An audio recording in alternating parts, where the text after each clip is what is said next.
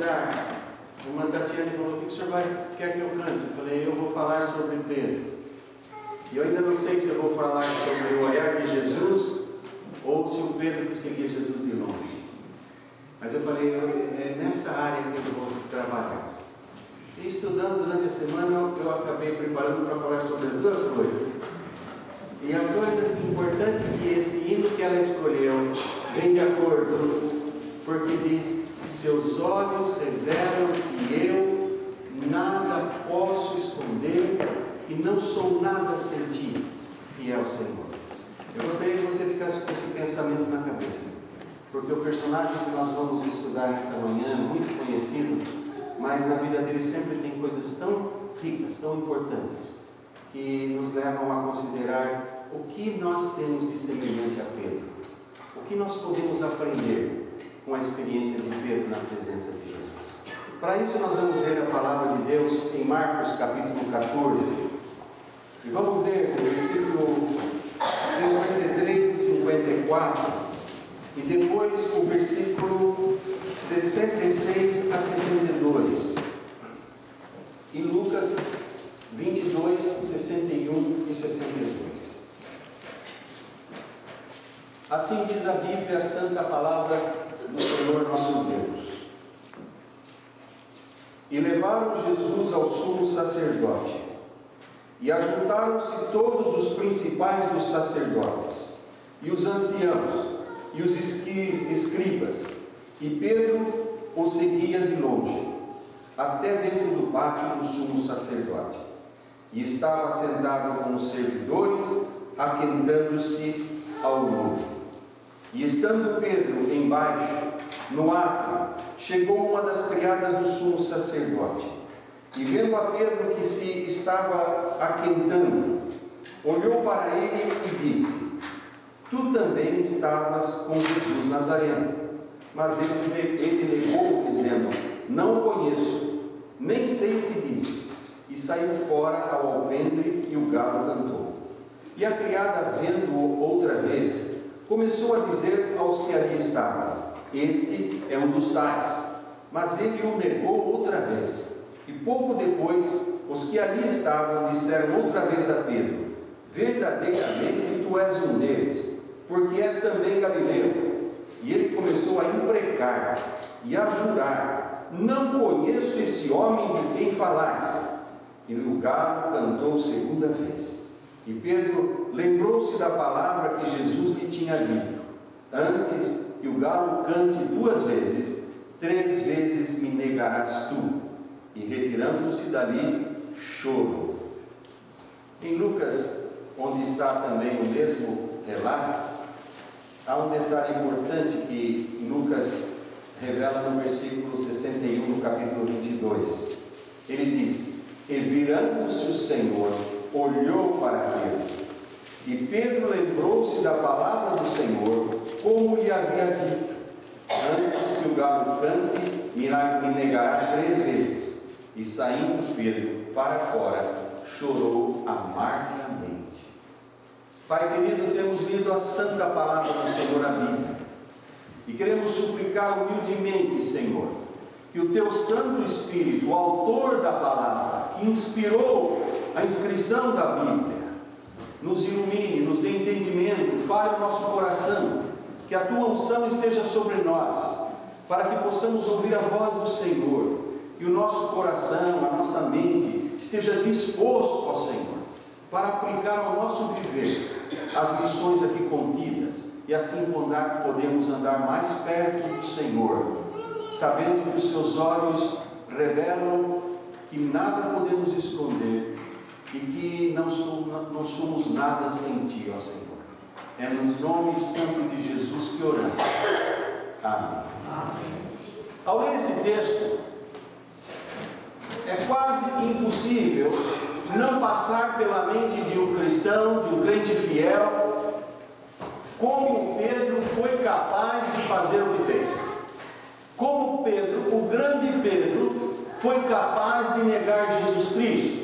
Ele, que poucas horas antes havia dito que ele nunca negaria Jesus. Ele declarou publicamente, diante de todos, como nós vemos em João 13:37, Senhor, por ti eu darei a minha própria vida. Ele fez declarações muito fortes. E mais tarde, para provar sua lealdade, se você vai a João, capítulo 18, versículo 10, você verá que no jardim de oração, ele puxou a espada e cortou a orelha de Malco, o servo do sumo sacerdote, feriu o homem, para mostrar que ele estava ali para qualquer coisa, defender Jesus, morrer por Jesus. Porém, quando Pedro, que diz o texto, seguia-o de longe, entrou no pátio, ali no átrio, as coisas mudaram tanto, que o Pedro que havia entrado, não foi o mesmo Pedro que saiu dali. Pedro, no momento de fraqueza, se acovardou, e negou Jesus. Eu estava pensando, estava lendo o texto, o que foi que fez esse homem tão arrojado, tão corajoso, tão impetuoso, negar Jesus? Então eu comecei a reler novamente o capítulo 14 de Marcos, ir a Lucas, Mateus, João, examinando o contexto e pensando, o que me passou despercebido? O que foi que aconteceu? E meus olhos pararam no versículo 54 de Lucas 22, onde diz que Pedro seguia-o de longe. Ali eu vi, como acender de uma luz, tudo ficou claro. E vi que no caso de Pedro, mais do que a distância física, a Bíblia está falando de um distanciamento espiritual. Porque na realidade Pedro estava perto. A Bíblia diz que quando Jesus foi preso, todos fugiram, cada um de um lado. Mas Pedro continuava seguindo. E ele estava ali no pátio, ali no ato. Ele estava perto. Mas o coração e a mente dele certamente estavam longe. Longe de Jesus.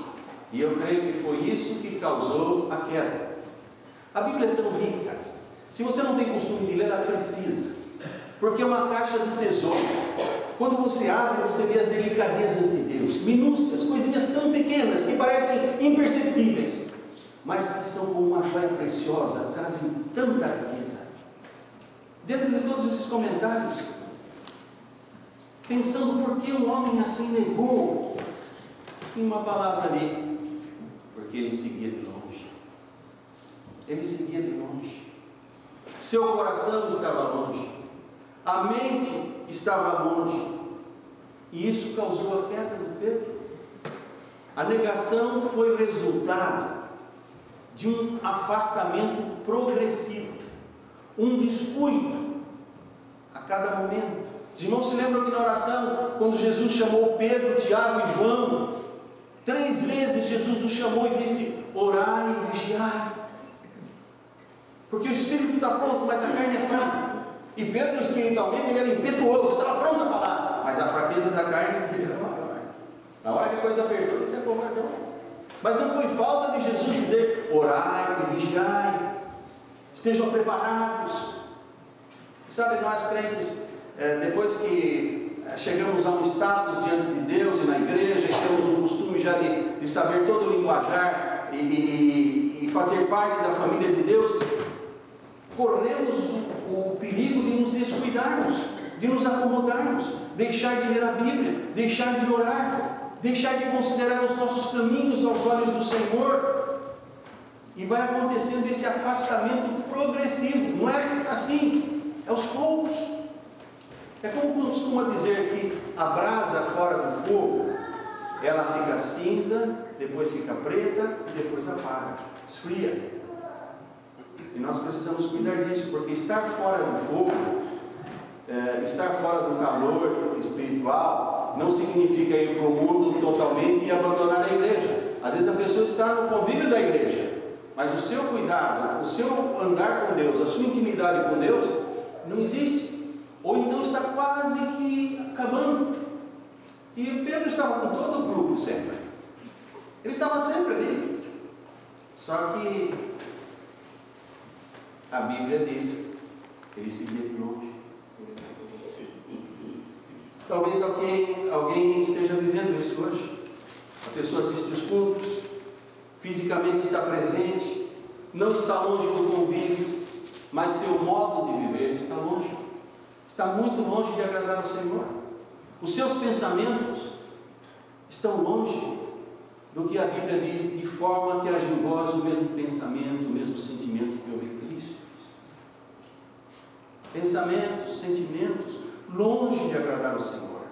O vocabulário se mescla com palavras santas e palavras vulgares e está longe de agradar ao Senhor.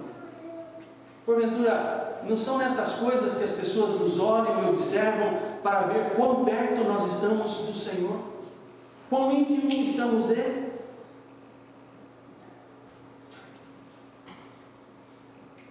Seguimos Jesus de perto ou de longe?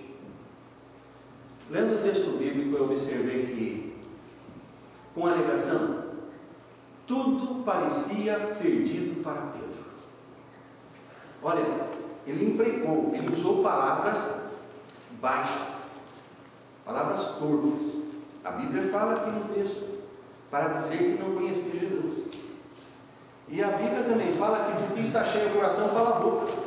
Então, certamente, as coisas estavam já bem deterioradas na vida do grande Pedro. Mas quando vamos a Lucas, capítulo 22, 61, que lemos, eu encontrei esse algo muito importante. O olhar de Jesus.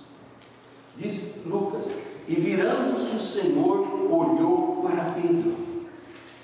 O olhar de Jesus mudou o curso da vida de Pedro. O olhar de Jesus lembrou a Pedro que Pedro se esqueceu de quem ele era. E quantos que hoje conhecem Jesus têm se esquecido de quem são? De quem são em Deus? Nós precisamos estar atentos. Eu vejo que o quadro de Pedro nos chama a isso, para nunca nos esquecermos de quem nós somos em Cristo Jesus. Nós somos filhos de Deus, somos cidadãos do reino celestial. O nosso padrão moral e espiritual, o nosso falar, o nosso viver, a Bíblia diz, é luz, é um bom perfume, é sal, é diferente. Nada se compara. Nada se compara à luz, nada se compara ao sal, nada se compara a um bom perfume. E Deus fala: vocês são isso em Cristo Jesus. Paulo diz: de sorte que somos embaixadores da parte de Deus, como se Deus por nós clamasse, reconciliados. Então a nossa vida tem que mostrar que é uma vida reconciliada com Deus, e em Deus não há trevas nenhumas. Então nós temos que cuidar disso, de quem somos em Cristo, porque a tentação de negar a nossa identidade cristã estará sempre presente, sempre, para mim, para você, diante da pressão das pessoas, diante do meio social, das circunstâncias que nos rodeiam. É por isso que Paulo, inspirado pelo Espírito Santo, disse: quem julga estar em pé, cuide que não caia. Se você se sente que está forte e está em pé, cuidado não caia. Porque quanto mais alto, diz o ditado, maior é o tombo. Se você é baixinho, você cai e está perto do chão. Se você é grande, o tombo é maior. Então muitas vezes podemos nos julgar um crente espiritual muito grande. Cuidado, porque a queda pode ser maior. Nós precisamos estar em Cristo e deixar que Cristo revele se somos grandes ou pequenos, mas estarmos nele. E nunca nos envaidecemos, porque uma das quedas de Pedro foi essa autoconfiança exagerada. Pedro disse em Marcos 10, 28: Senhor, nós deixamos tudo e te seguimos. que deixamos tudo e te seguimos. Mas infelizmente naquela noite, uma noite fria, porque Pedro se aquecia ao lume, reflexo da vida também espiritual de Pedro. Pedro negou aquele por quem ele mesmo disse: Senhor, por tudo deixamos. Aquele por quem ele deixou tudo, naquele momento Pedro deixou, porque Pedro se esqueceu de que ele era um discípulo de Jesus.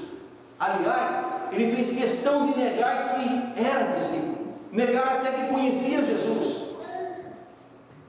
Ele deixou de lado a sua vida de discípulo com Cristo. Ele deixou de lado a promessa que ele fez de: pelo Senhor darei minha própria vida. Eu penso que talvez naquele momento Pedro se deu conta da realidade da morte. Eles pensaram que se fizerem isso com ele, nós também. Talvez ele pensou: olha, eu sou muito jovem para morrer. Eu não tenho deixado um futuro garantido para os meus filhos. Quem vai cuidar da minha esposa e da minha querida sogra que Jesus curou? De que vai adiantar Jesus ter curado a sogra se agora eu morro e quem vai cuidar dela? Porque naqueles dias as pessoas cuidavam dos pais, cuidavam dos avós, cuidavam da sogra, do sogro. Não é como hoje que a gente manda para o asilo ou para o lar de velhos. Eu estou falando isso porque o meu futuro está chegando, viu, Marco? Vai se cuidando aí, Fernando. Vai pensando aí, que um dia chega o seu também. Mas, brincadeira, viu, Marco? Não se preocupa, não, que não é ameaça, viu, Fernando? Fica tranquilo. Mas talvez passou tudo isso na cabeça do Pedro. Ele era humano, sujeito às mesmas fraquezas que nós. Talvez ele pensou: justo agora que eu comprei barcos novos. E isso recorda a nós mesmos. Nossas promessas feitas a Deus, nossos compromissos com a igreja que fazemos parte. Quão fácil é quebrá-los. Quão fácil é dizermos: ah, mas Deus sabe, eu não sou perfeito. Deus sabe tudo. E Deus sabe tudo mesmo. Acaso não foi isso que ele disse a Pedro? Depois de Pedro fazer tanta declaração de fidelidade, Jesus disse: você me negará 3 vezes antes que o galo cante 2. Agora, há uma coisa sobre Pedro que é preciso deixar bem claro. Nós estamos acostumados a ver o pessoal jogar pedra no Pedro. Não é verdade? Não tem melhor vida para a gente explicar o que é falha do crente. Pedro mostrou muitas falhas. E se nós queremos comparar as nossas fraquezas, não tem pessoa melhor do que o Pedro. Agora, diferente do que nós estamos acostumados a pensar de Pedro, se entre os discípulos havia alguém verdadeiramente obediente, esse alguém era Pedro. Pode parecer contraditório, mas se você abre em Mateus capítulo 17, ou ver no quadro, versículo 24 a 27, a Bíblia fala de quando os judeus perguntaram: o seu Senhor não paga imposto? Pedro falou: sim, ele paga. E quando Pedro entrou na casa, Jesus se adiantou a ele, já sabia o que tinha acontecido, e falou: Pedro, quem paga os impostos? São os filhos ou são os alheios? Ele falou: os alheios. É verdade, então nós não precisamos pagar imposto? Não. Mas para que não escandalize, para que não seja motivo de tropeço, vai ao lado, lança um anzol, e o primeiro peixe que sair, ele terá um starter na boca, uma moeda suficiente para pagar o imposto meu e o seu. Você vai e paga o imposto por nós. Está no texto. O que Pedro fez? Pedro simplesmente obedeceu sem questionar. Pedro era um bom exemplo de fé. Pedro se deu a algo que em sua experiência de pescador ele nunca havia visto. Pois pensar que em um enorme lago um peixe picaria o anzol era algo difícil, mas não impossível. Agora, imaginar que o peixe teria na boca a moeda que você precisa para pagar imposto, Isso é difícil de acreditar. Isso é uma coisa praticamente impossível. Mas quando Jesus mandou, Pedro simplesmente creu e obedeceu. Não tinha lógica. E fé é isso. A fé é o firme fundamento das coisas que se esperam e a prova das que se não veem. Hebreus capítulo 11, versículo 1. Quando Jesus mandou, esse homem simplesmente creu e obedeceu. Agora, se você gosta de pescar, você sabe que o pescador precisa ser alguém paciente. Precisa ser alguém paciente. E esse não era um dos talentos ou qualidades do Pedro. Pedro era impetuoso. Pedro pescava com redes. Ele não estava acostumado a ficar sentado na beira do lago, dando banho na minhoca, vendo se pega alguma coisa. Ele estava acostumado a pegar muito peixe. Jesus falava a ele falou: o senhor não pode jogar uma rede e já puxar bastante? Era a minha lógica. Para que eu vou lá na perdente, só com uma vara? Quanto tempo eu tenho certeza que vai pegar algum? Mas havia um peixe certo. Havia um que Deus tinha posto na boca dele a moeda que precisava. Pedro estava acostumado a muito peixe, a coisas grandes. E ele tinha que aprender que as coisas de Deus muitas vezes se revelam nas coisas pequenas. Quando a gente se humilha e crê no impossível. E Pedro se submeteu a Jesus, mesmo que fosse para usar um anzol, para pegar apenas um peixe, e depois ver que naquele peixe havia aquela moeda. Olha, se você fica pescando, eu gosto de pescar, e às vezes você passa horas e não pega nada. Tem que ter paciência. Eu fico pensando na cabeça do Pedro, que estava acostumado a pescar bastante, pensar que ele ia ter que pescar com anzol. Ele era pescador comercial, tinha uma empresa de pesca, agora tem que fazer aquilo. Mas não foi só aí. Logo no começo do ministério de Jesus, vocês lembram quando nós começamos Marcos? Eles tinham pescado a noite inteira, isto é, tentado pescar a noite inteira. E não pegaram nada. E Jesus ordenou a Pedro que lançasse a rede ao mar mais uma vez. Ele disse: Senhor, nós pescamos a noite inteira, não pegamos nada. Mas sobre a tua palavra lançarei as redes. Esse era Pedro. Esse era o Pedro, um crente arrojado, que obedecia sem vacilar, um homem de fé. Um homem que disse: por ti darei a vida, e ele estava mesmo pronto a dar. Ele era sincero, ele não era doido.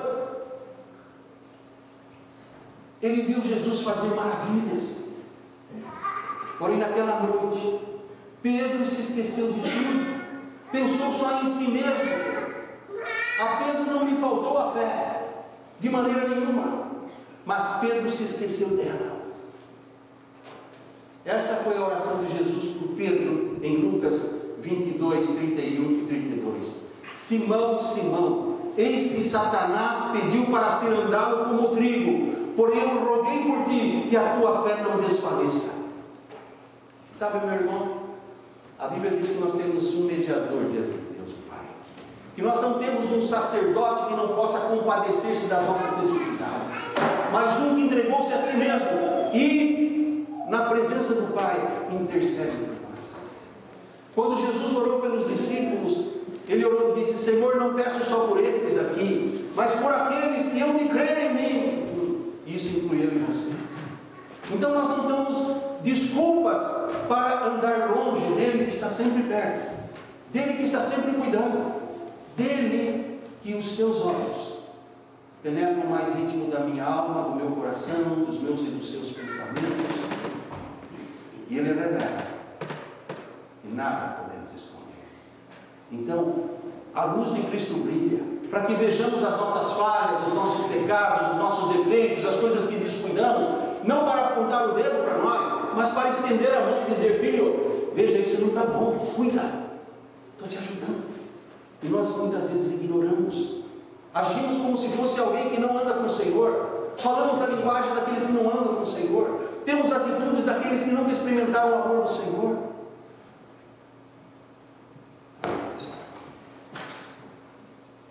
Eu vejo aqui que o mesmo Pedro, que havia discernido quem era o Senhor Jesus, que o Senhor disse: Pedro, não foi a carne nem o sangue, mas foi meu Pai do céu que lhe revelou. O mesmo Pedro que andou sobre as águas, irmãos. É loucura. Jesus manda que eu ande sobre a água, eu vou. Jesus falou: vem, e ele foi. Eu não sei se eu me enfiar o pé da água e achar que eu não vou afundar, não tem lógica. Tem sentido? Você já entrou na praia, você sabe? Pisou, mora em fé. Ele foi. Pedro, que viu Jesus glorificado no Monte da Transfiguração, que ouviu a voz de Deus do céu dizendo: este Jesus é o meu Filho amado, a Ele ouvi. Obedeçam a Ele, porque é Ele que vocês têm que obedecer. Não é mais a lei de Moisés, não é mais o profeta Elias, os grandes da nação de Israel, mas meu Filho. E muitas vezes queremos fazer tanta coisa, obedecer tanta coisa, quando o Evangelho é tão simples, é Cristo.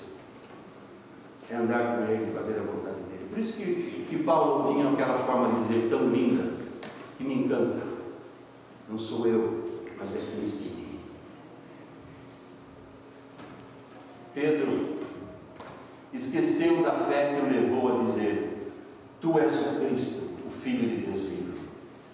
Entretanto, Deus olhou para Pedro com olhos de amor.